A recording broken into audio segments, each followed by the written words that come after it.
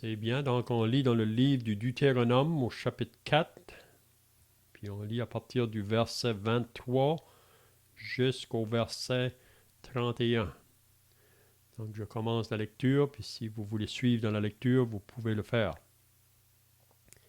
Deutéronome 4 et le verset 23, c'est Moïse en parlant au peuple, là, il dit « Veillez sur vous, afin de ne point mettre en oubli l'alliance que l'Éternel votre Dieu a traitée avec vous, et de ne point vous faire d'image taillée, de représentation quelconque, que l'Éternel ton Dieu t'ait défendu.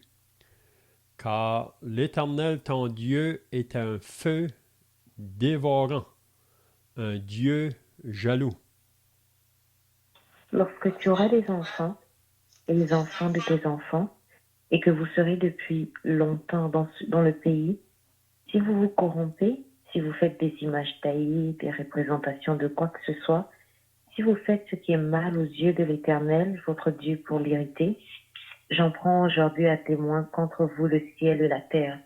Vous disparaîtrez par une mort rapide du pays dont vous allez prendre possession au-delà du Jourdain. Vous n'y prolongerez pas vos jours, car vous serez entièrement détruits.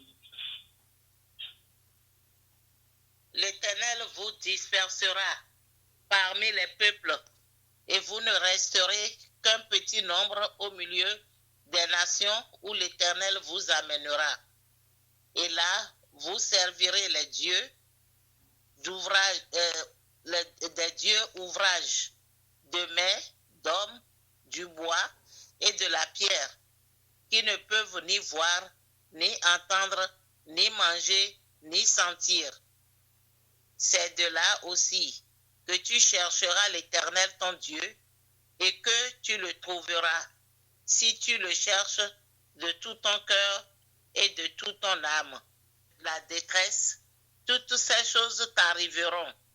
Alors, dans la suite des temps, tu retourneras à l'Éternel ton Dieu et tu écouteras sa voix. Car l'Éternel ton Dieu est un Dieu de miséricorde, qui ne t'abandonnera point et ne te détruira point. Il n'oubliera pas l'alliance de tes prières qu'il leur a jurée. Amen. Amen. C'est bien, donc si vous étiez là la semaine passée, on est toujours en train de regarder les enseignements que Moïse a donnés à cette deuxième génération du peuple d'Israël qui était sorti de l'Égypte. Là. Ici, ils sont juste avant d'aller dans la terre promise. Donc, à cette deuxième génération-là, Moïse va répéter la loi qu'il avait donnée à la première génération sur la montagne du Sinaï, là. Mais on sait que cette première génération, à cause de, de sa désobéissance à Dieu, ils sont tous morts dans le désert. Donc, il ne faut jamais oublier que ces instructions-là que Moïse donne à Israël, c'est aussi pour nous aujourd'hui qui sommes rendus à la fin de ce monde. Vous savez que nous ne sommes pas différents que ce peuple qui se trouvait dans le désert, un peuple qui avait été choisi par Dieu pour porter un témoignage pour les nations alentours. Mais si vous lisez attentivement l'histoire du peuple d'Israël, dans l'ancienne alliance, c'est un peuple qui s'est détourné.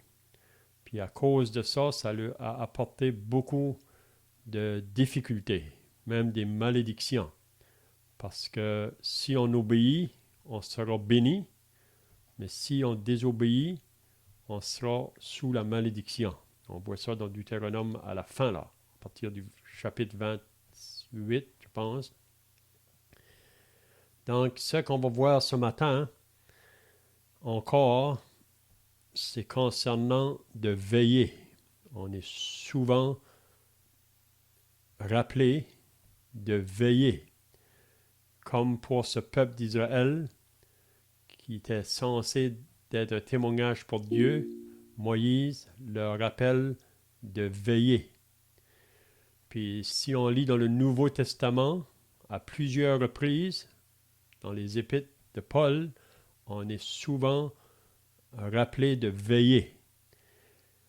Comme Jésus disait à ses disciples dans le jardin de Gethsémane, là, il leur a dit, l'esprit est bien disposé, mais la chair est faible.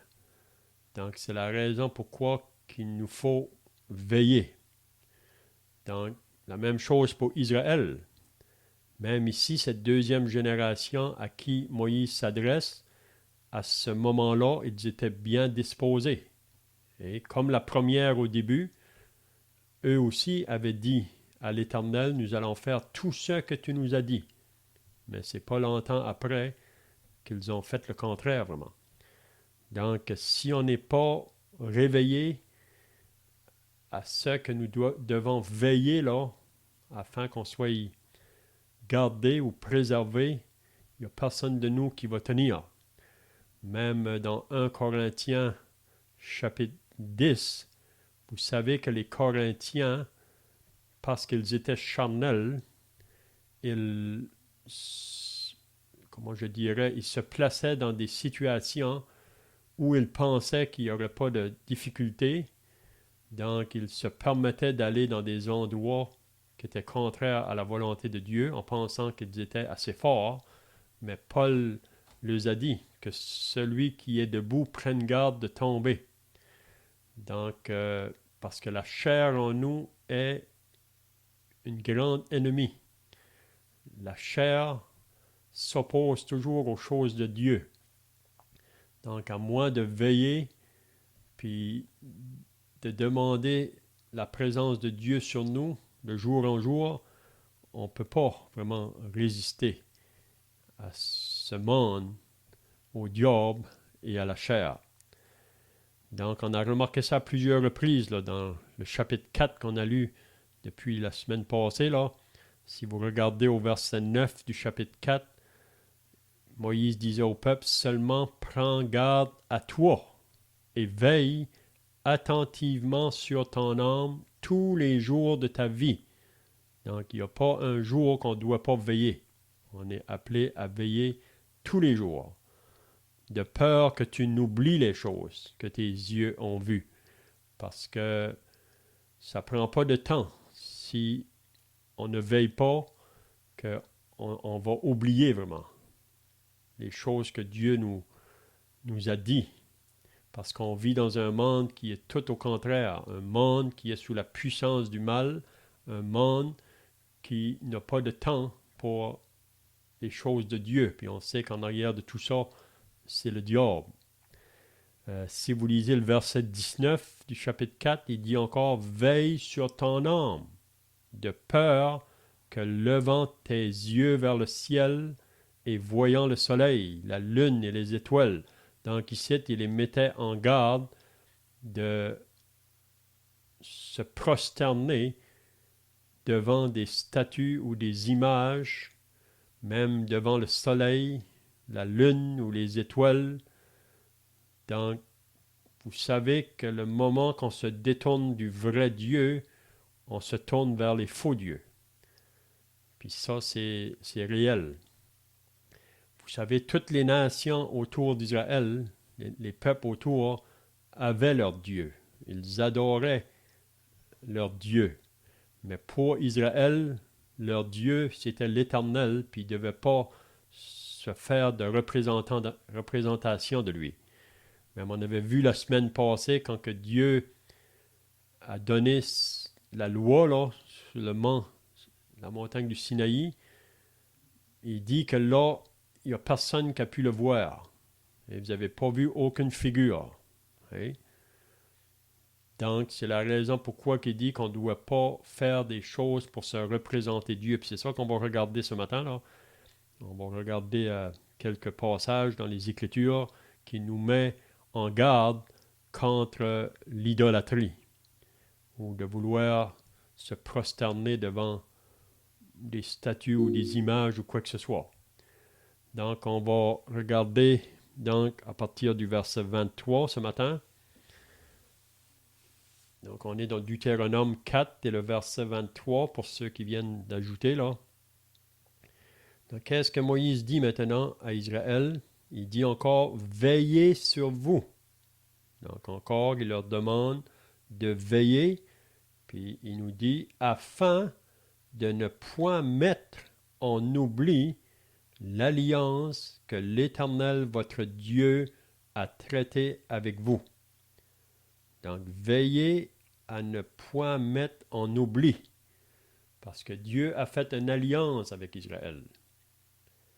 C'est un peuple qu'il a choisi en dehors de tous les autres peuples. Pas parce qu'ils étaient meilleurs, on lit ça dans le Deutéronome 7, c'était pas qu'ils étaient meilleurs, mais Dieu a simplement fait une grâce à ce peuple-là, vraiment ceux qui descendaient d'Abraham, là, pour les avoir à lui, si on peut dire, pour qu'ils puissent être un témoignage pour toutes les nations alentour.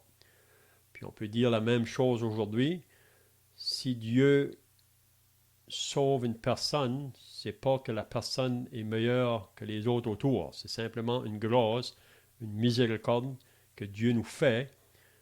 Puis aujourd'hui, on est dans la nouvelle alliance. Donc le peuple de Dieu associé à la nouvelle alliance, c'est l'Église, le corps de Christ. Parce que le moment qu'une âme se convertit, est sauvée, elle est ajoutée à l'Église. Elle fait partie de l'Église qui est le corps de Christ. Puis le Seigneur veut de nous qu'on porte un témoignage pour lui.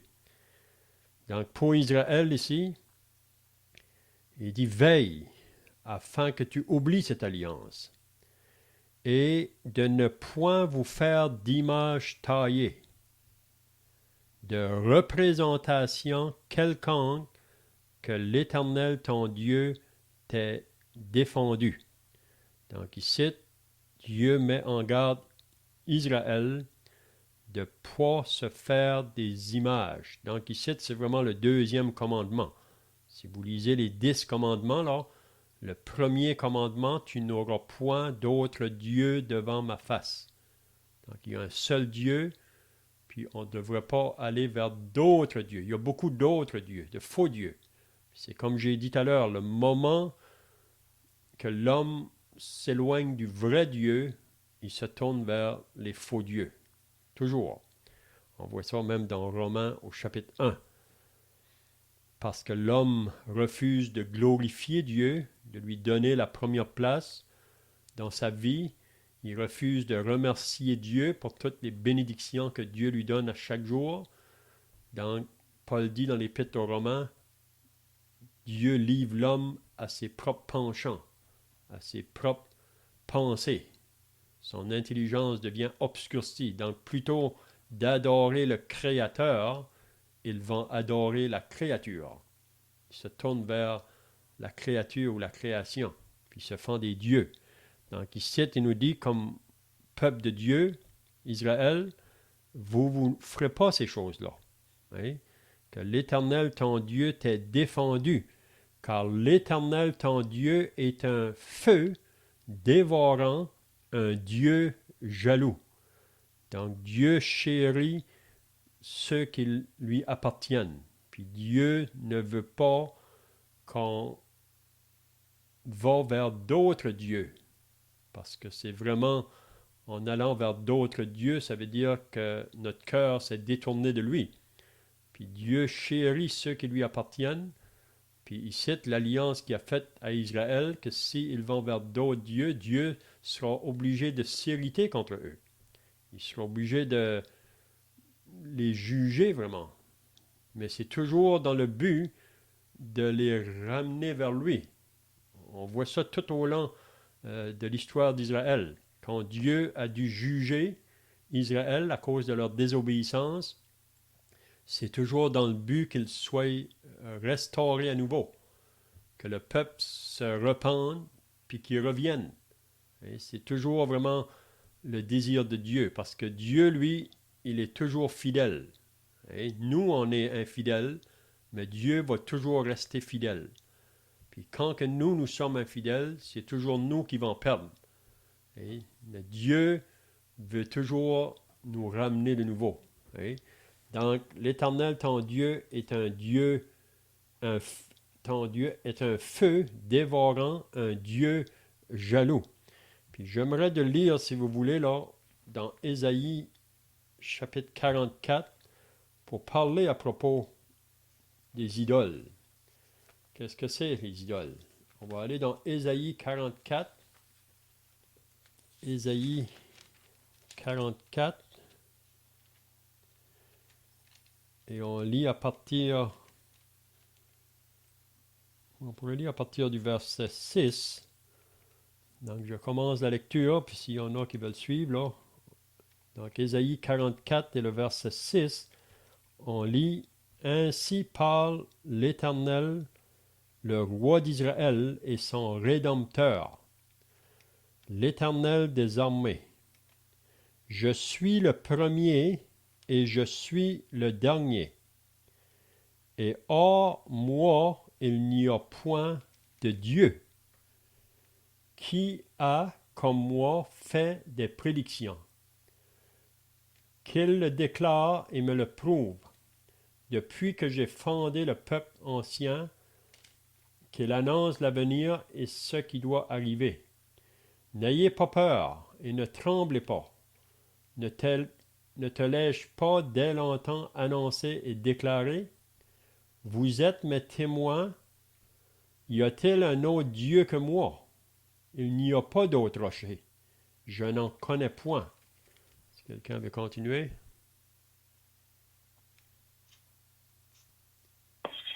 Ceux qui fabriquent des idoles ne sont tous que vanité, et leurs plus belles œuvres ne servent à rien. Elles le témoignent elles-mêmes. Elles n'ont ni la vue, ni l'intelligence, afin qu'elles soient dans la confusion. Qui est-ce qui fabrique un dieu ou font une idole pour n'en retirer aucune utilité?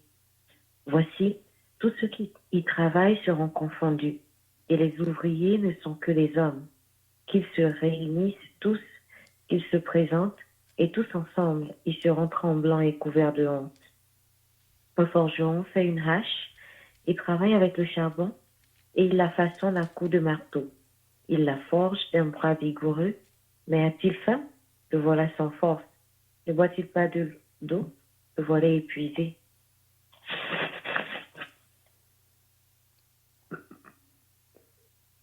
Le charpentier étend le cordeau, fait un tracé au crayon, façonne le bois avec un couteau et marque ses dimensions avec le compas. Et il produit une figure d'homme, une belle forme humaine, pour qu'elle habite dans une maison.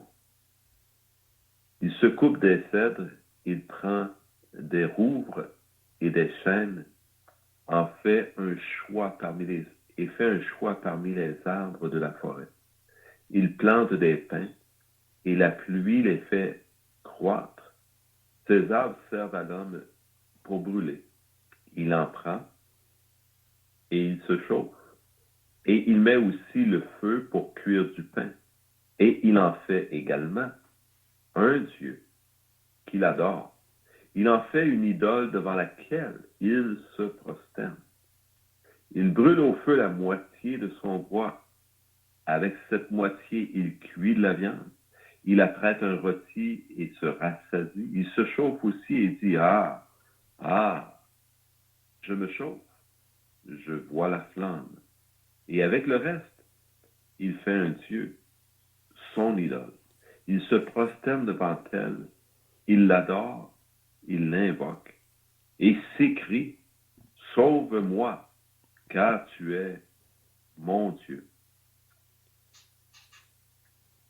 Ils n'ont ni intelligence ni entendement, car on leur a fermé les yeux pour qu'ils ne voient point, et le cœur pour qu'ils ne comprennent point. Ils ne rentrent pas en lui-même, et il n'a ni l'intelligence ni le bon sens de dire « J'en ai brûlé une moitié au feu, j'ai cuit du pain sur les charbons, j'ai rôti de la viande et je l'ai mangée, et avec le reste je ferai une abomination. » je me prosternerai devant un morceau de bois. Il se repaît de sang, son cœur abusé l'égard, et il ne sauvera point son âme, il ne dira point, n'est-ce pas du mensonge que j'ai dans ma main. Donc ici, on ne va pas aller tout en détail de qu'est-ce qui est écrit ici, là, mais je pense que c'est assez clair qu'est-ce que Isaïe veut faire comprendre au peuple de ce qu'il ne doit pas se faire des idoles, parce qu'il nous dit exactement qu'est-ce que ça peut faire une idole. Ça ne peut rien faire vraiment. Donc ça, c'est très clair. Il y a beaucoup d'autres passages là.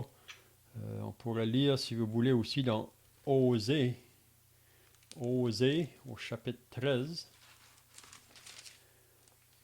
Vous pourrez vérifier ça après pour vous-même, là.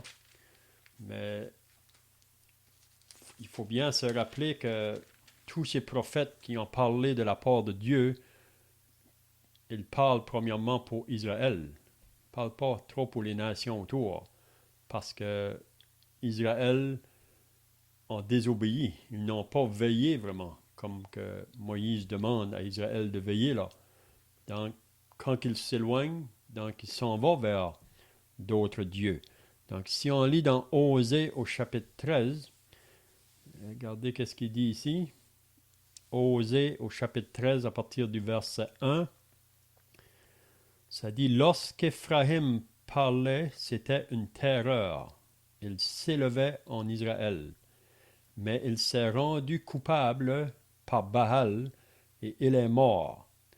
Maintenant, il continue à pécher. Ils se font avec leur argent des images en faune, des idoles de leur invention. Toutes sont l'œuvre des artisans. On dit à leur sujet que ceux qui sacrifient baisent les veaux.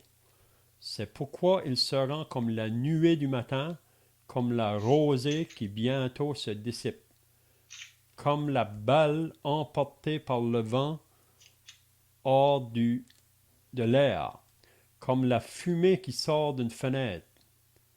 Et moi, je suis l'Éternel ton Dieu, dès le pays d'Égypte.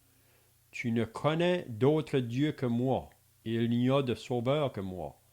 Je t'ai connu dans le désert, dans une terre aride.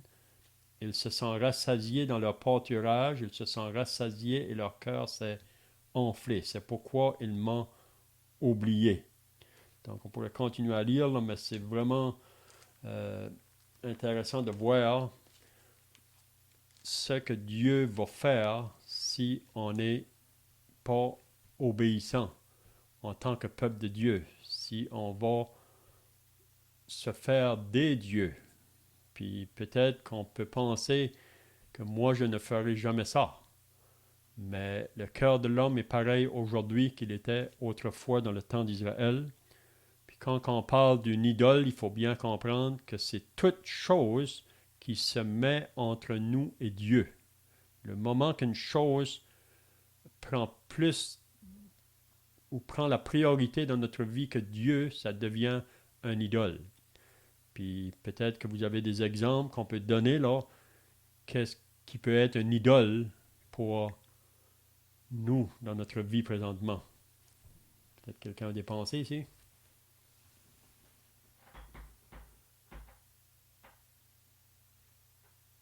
Et moi, je connais un vieux frère qui a été sur un camping un certain temps. Ça coûtait pas très cher, il était là pendant l'été. Mais il parlait avec un vieux monsieur, il est lui-même assez âgé. Et le monsieur lui disait qu'il aimait être dans le camping parce qu'il était dans le milieu de la nature, puis la nature lui donnait de la force. Le vieux frère pointait à un arbre qui avait comme une espèce de bosse dans l'arbre. Il dit, regarde l'arbre qui est là-bas, tu vois la bosse? Il dit, ça, c'est une maladie qui est rentrée dans l'arbre. L'arbre essaye de se débattre lui-même contre la maladie. Penses-tu qu'il y en a de donner? Donc, c'est d'amener à penser comment, d'une manière ou d'une autre, l'homme se détourne de Dieu et se confie dans toutes sortes de choses. J'ai entendu parler des gens qui vont ils vont essayer de lire la bonne aventure dans des tasses de thé ou qui vont se confier dans des pierres ou dans du magnétisme ou dans je ne sais pas quoi encore. facile pour le cœur de l'homme de s'enfoncer dans ces choses. À la limite, il n'y a rien de mal, si on veut un exemple pour nous-mêmes, à considérer ce que la médecine peut faire pour nous, mais ça ne veut pas dire que le médecin est Dieu. Il ne pourra faire que ce que Dieu permettra. Donc, il faut même faire attention d'avoir notre confiance dans la médecine. Et ça, c'est facile à dire quand on a la santé. Quand on n'a pas la santé, j'ai vu des gens prêts à essayer toutes sortes de choses. On se souvient de cette femme dans le Nouveau Testament qui avait une perte de sang et qu'est-ce qu'elle avait fait? Elle avait dépensé tous ses avoirs vers des charlatans qui ne lui avaient fait que du mal.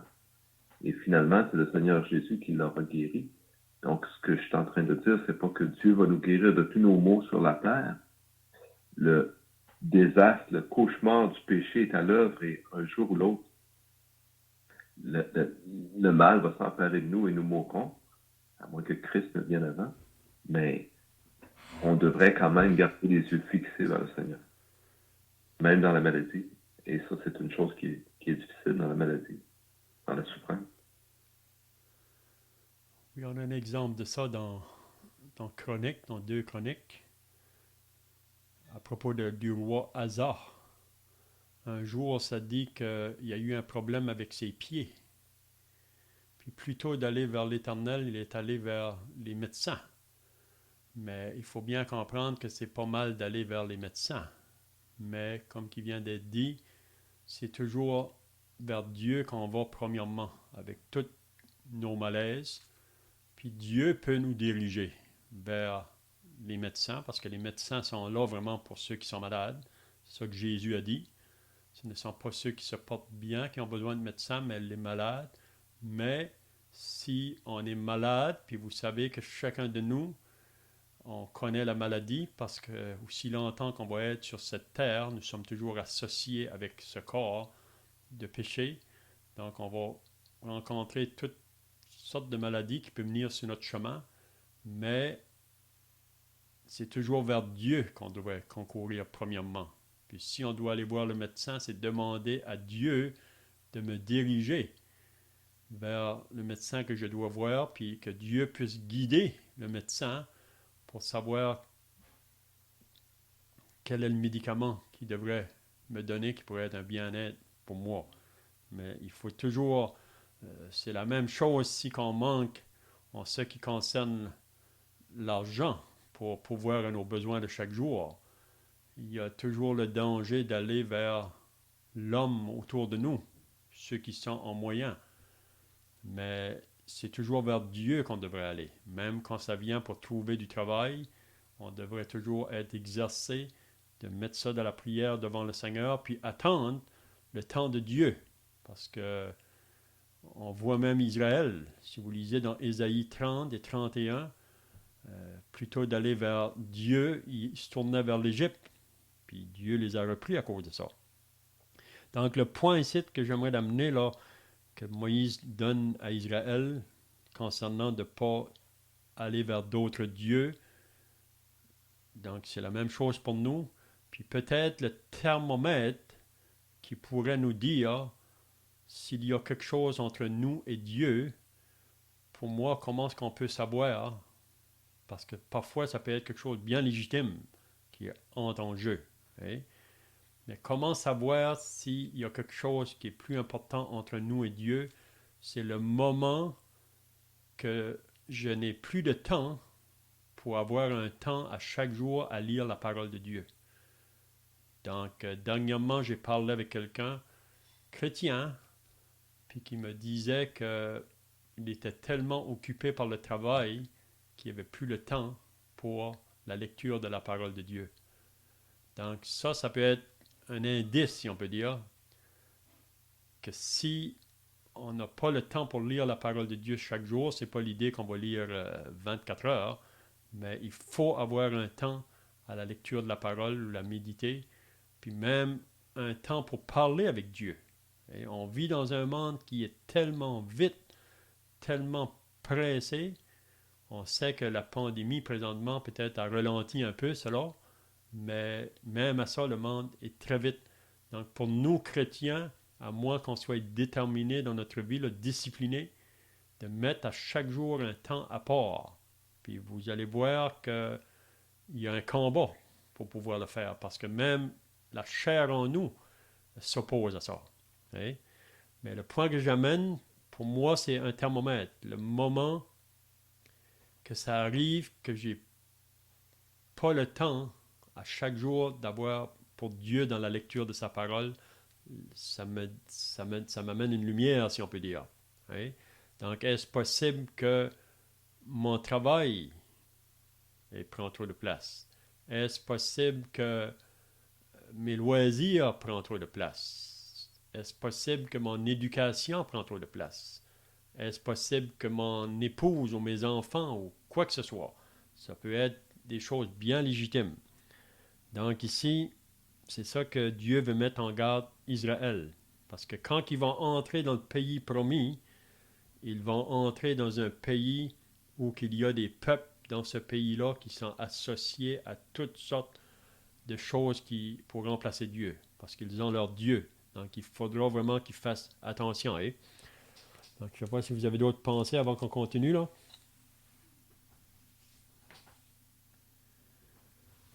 Donc le Juste verset... mentionner peut-être, Ok, c'est beau.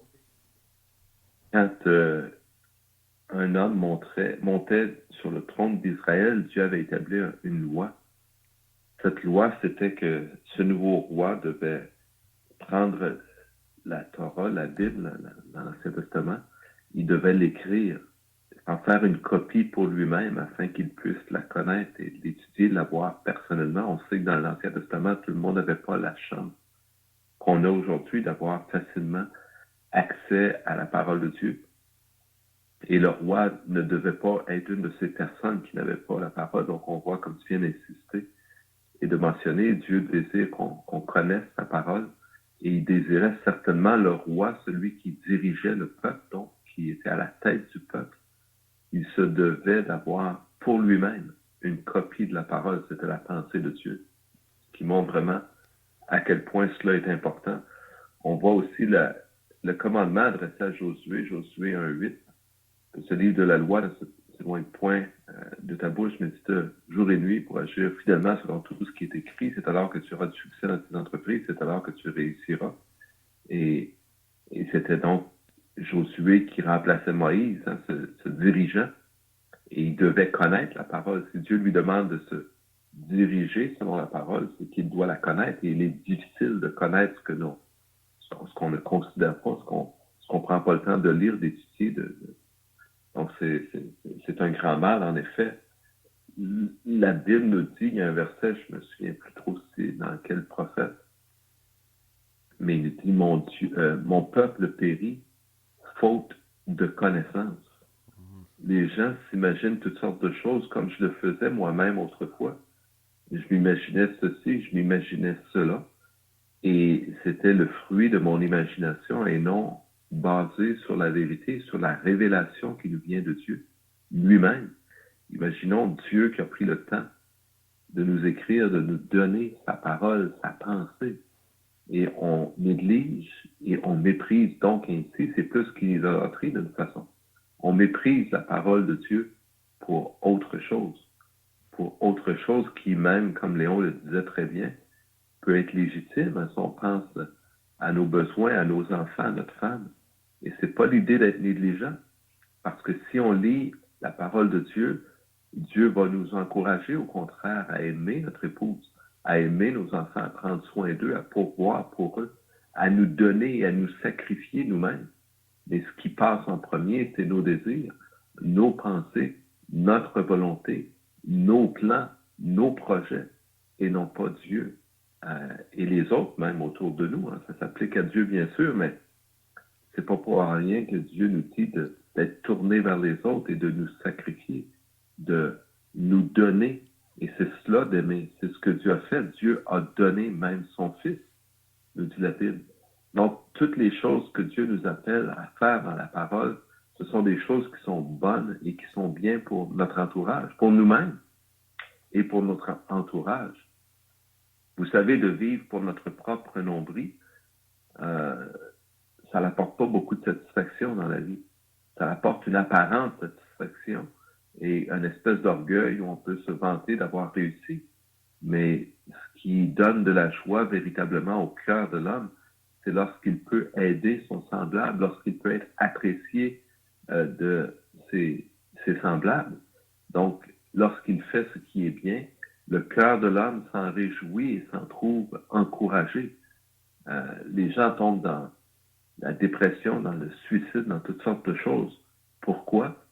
C'est pas nécessairement qu'ils n'ont pas physiquement ce qui est nécessaire au corps.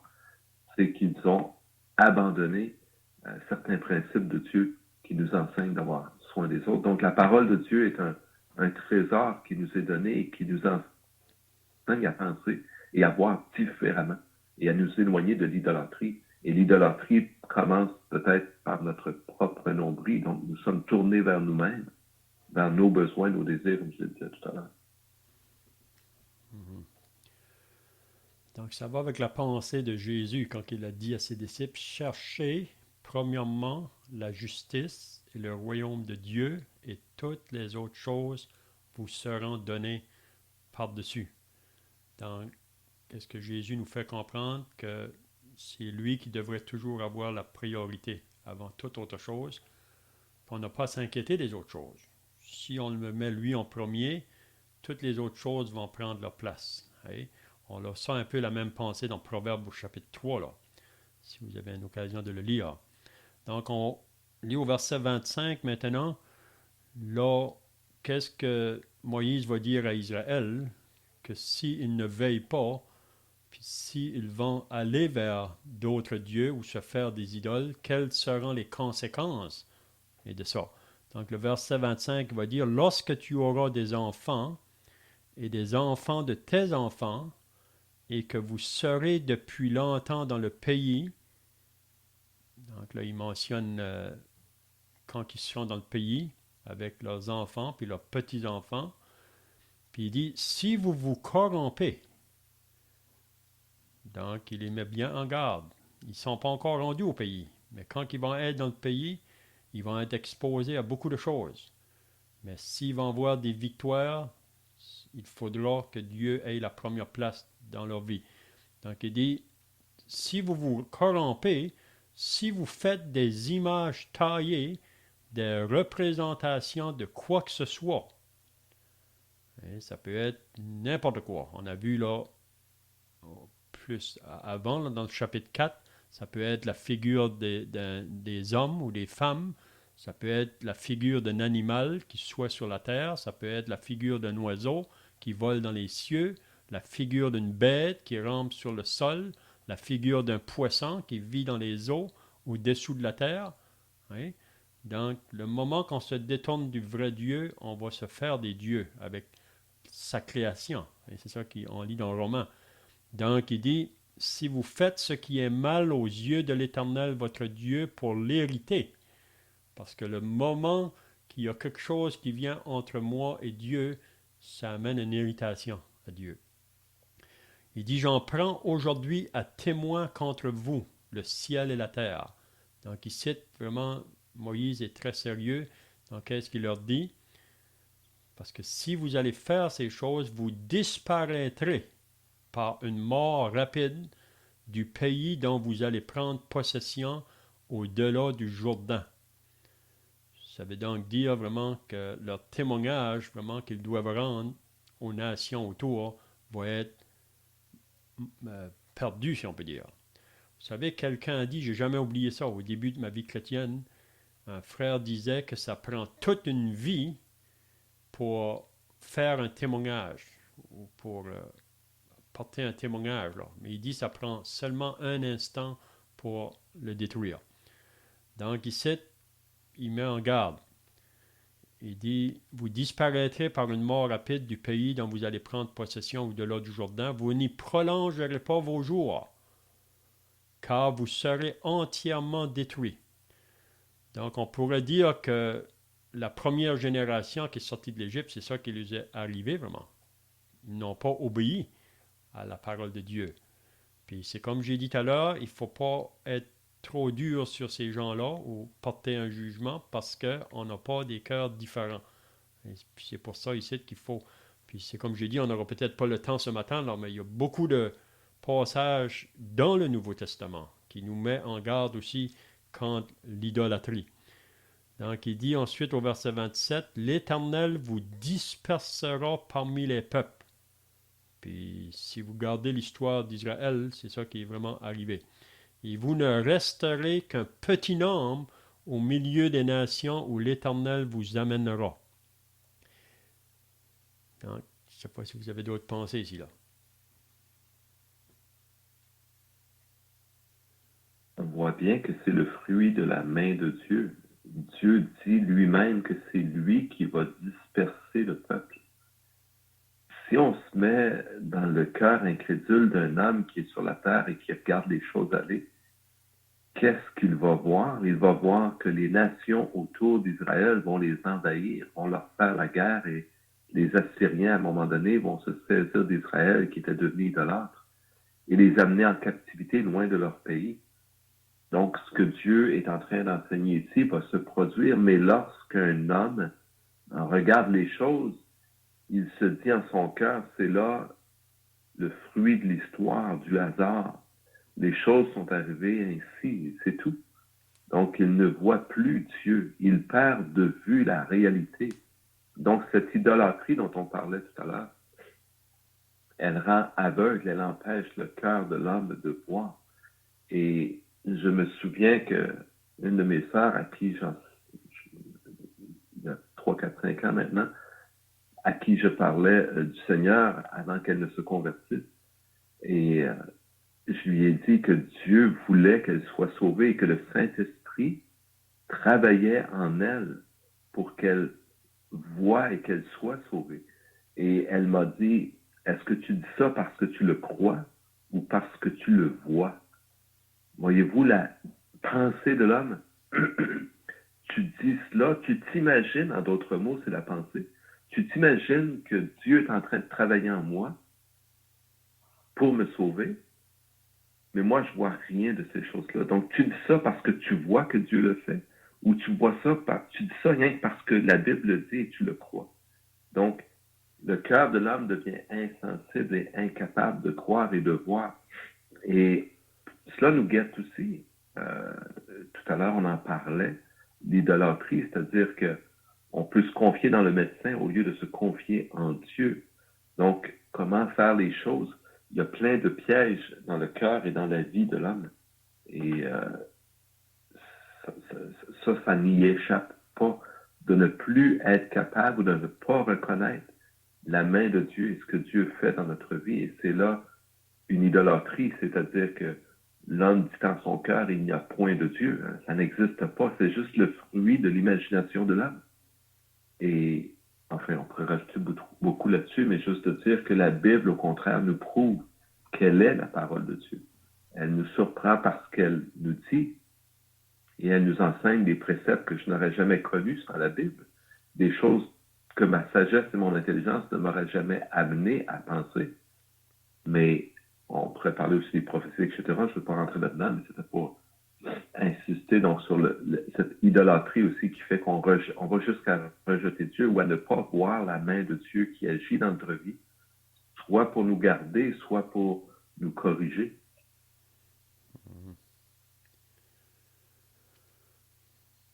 Donc on sait aujourd'hui qu'une des idoles qui prend beaucoup de place, c'est l'argent. Hein? C'est pas que l'argent en soi est mal, il faut bien comprendre ça. Mais si vous lisez, soit dans l'Ancien Testament ou dans le Nouveau, l'argent est devenu souvent un dieu pour beaucoup de personnes, puis même pour nos propres cœurs. Donc, on est mis en garde, parce que même Jésus a dit qu'on ne peut pas servir Dieu et maman ou Dieu et l'argent. Donc, l'argent est vraiment une idolâtrie qui peut prendre place si on n'y fait pas attention. Donc, je vois que le temps est passé. Là, le verset 28, il dit « Et là, vous servirez des dieux. » Donc, si Israël va s'éloigner du vrai Dieu, il ne va pas rester neutre, si on peut dire. Il va aller vers d'autres dieux. Et le moment qu'on abandonne le vrai Dieu, on va se tourner vers les faux dieux. Et là, vous servirez des dieux, ouvrages de main d'hommes, du bois et de la pierre, qui ne peuvent ni voir, ni entendre, ni manger, ni sentir. Donc, c'est ça qu'on a lu tout à l'heure dans Ésaïe 44, même dans le psaume, je pense que c'est 115, qui nous parle aussi là, des idoles, qu'ils ont des yeux, ils ne voient pas, ils ont une langue, ils ne parlent pas, ils ont des oreilles, ils n'entendent pas. Donc, c'est ça qu'est l'idole. Donc, ici, il leur dit, c'est ça que vous allez faire si vous abandonnez le vrai Dieu. Puis ensuite, il dit, c'est de là aussi que tu chercheras l'Éternel, ton Dieu. Donc, ici, on peut voir qu'il donne vraiment, là, si on est rendu à ce point-là, là, qu'on s'est détourné de Dieu pour se tourner vers des idoles, si on peut devenir conscient, puis être repentant de ça, puis c'est ça qui arrivait souvent avec l'histoire d'Israël. À un moment donné, ils ont réalisé qu'ils allaient trop loin.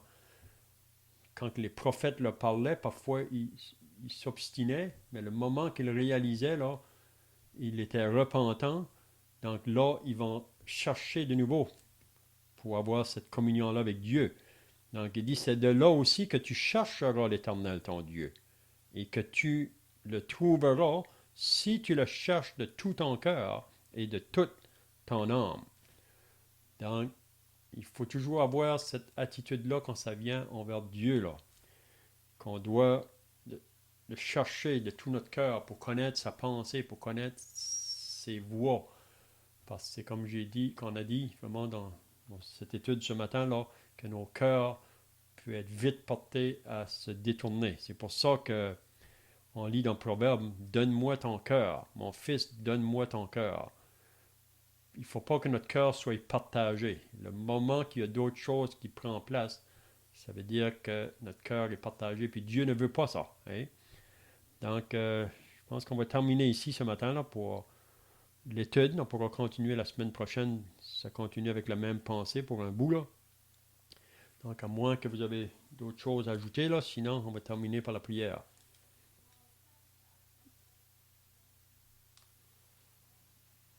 Ô Seigneur notre Dieu, comment pouvons-nous nous approcher de toi, de ta parole, sans trembler? Tu nous mets en garde, ô notre Dieu, tu nous dis que notre cœur se tournera vers des choses futiles, des abominations. Tu nous mets en garde contre ces choses et l'homme dans son cœur se dit non, cela ne m'arrivera pas. Mais ta sagesse divine a déclaré du haut du ciel qu'il en est ainsi. Père, tu nous connais et tu recherches notre bien. Depuis le commencement, tu as avisé l'homme et l'homme s'est détourné de toi. Notre Dieu, béni sois-tu car tu n'as pas abandonné l'homme. Au contraire, tu es allé à l'extrême pour lui, allant même jusqu'à donner ton fils sur le bois, sur la croix infâme. Seigneur, c'est une abomination aux yeux des hommes. Comment une pareille chose pourrait-elle être possible? Que Dieu donne son Fils, le Seigneur Jésus, son unique? Non, cela n'est pas arrivé, dit le cœur de l'homme. Mais ta parole nous enseigne autrement. Elle nous dit que cela est réel. Elle nous dit que c'est à ce point que tu tiens à nous et que tu nous aimes. Tu nous dis que nous sommes esclaves du péché, emprisonnés, incapables, nous-mêmes, de sortir de ce carcan. Et que tu le sais. Et que tu es venu toi-même pour nous libérer. Père, nous te bénissons. Et nous te louons pour ces choses que tu mets devant nos cieux et nous te prions de continuer de nous aviser, Seigneur, et de nous corriger, de nous ramener, de nous garder sur la voie qui est la voie du bonheur, ta voie, celle sur laquelle tu nous appelles dans ta bonté, et nous t'en bénissons par Jésus notre Sauveur. Amen. Amen.